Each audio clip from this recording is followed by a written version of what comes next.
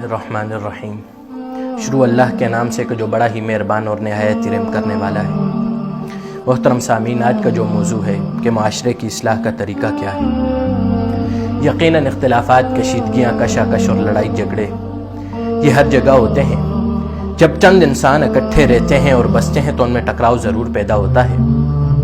آپ بھی انسان ہیں اور انسانوں ہی کے درمیان رہتے ہیں اور بستے ہیں، اور آپ مختلف طرح کے تعلقات میں جکڑے ہوئے ہیں۔ کسی سے رشتہ داری کے تعلقات ہیں، کسی سے پڑوس کے روابط ہیں، کسی سے لین دین کے معاملات ہیں، اور ان تمام معاملات اور تعلقات کا نام معاشرتی زندگی ہے، سماجی زندگی ہے۔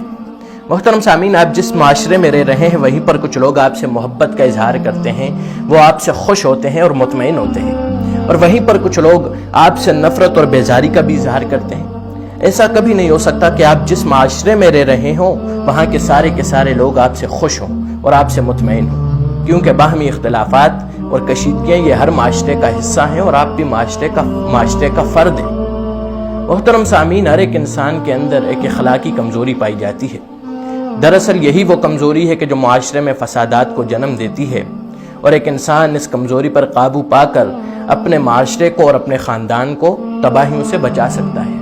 اور یہ کمزوری یہ ہے کہ انسان اپنے حقوق کے مطالبے میں تو انتہائی حریص ہوتا ہے، انتہائی تیز ہوتا ہے، جبکہ حقوق کی ادائیگی کا وقت آتا ہے تو وہی انسان بخیل بن جاتا ہے۔ یہ بخل اور ہرس انسان کی وہ سب سے بڑی کمزوری ہے کہ جو معاشرے میں کشیدگیوں کا باعث بنتی ہے۔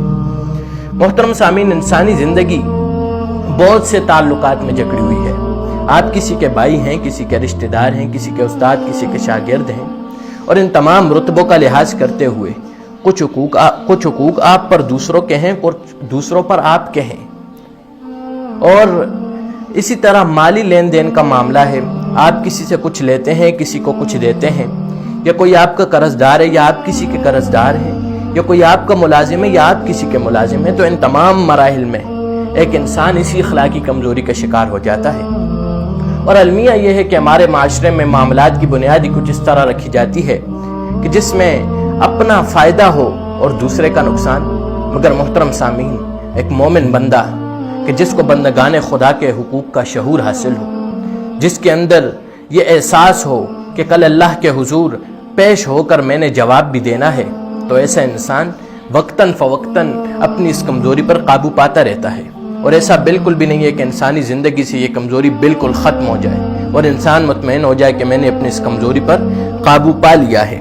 محترم سامعین، دنیا آزمائش کی جگہ ہے، اور کمزوریوں پر قابو پانا اور پاتے رہنا زندگی بھر کا کام ہے۔ پھر بھی یہ کمزوریاں ختم نہیں ہوتی، دب جاتی ہیں، مسلسل کوشش اور توجہ سے دبی بھی رہتی ہیں، مگر بار بار سر اٹھاتی ہیں، اور بار بار انسان ان کمزوریوں کا شکار ہو جاتا ہے۔ اور معاشرے میں اچھا خاصا نیک اور دیندار آدمی بھی کبھی کبھی اسی اخلاقی کمزوری کا شکار نظر آتا ہے، مگر اس کا اخلاقی کمال یہ ہوتا ہے کہ جب اس کو توجہ دلائی جاتی ہے تو وہ اپنی غلطی کا اعتراف کر لیتا ہے اور اس کمزوری پر قابو پانے کی کوشش کرتا ہے۔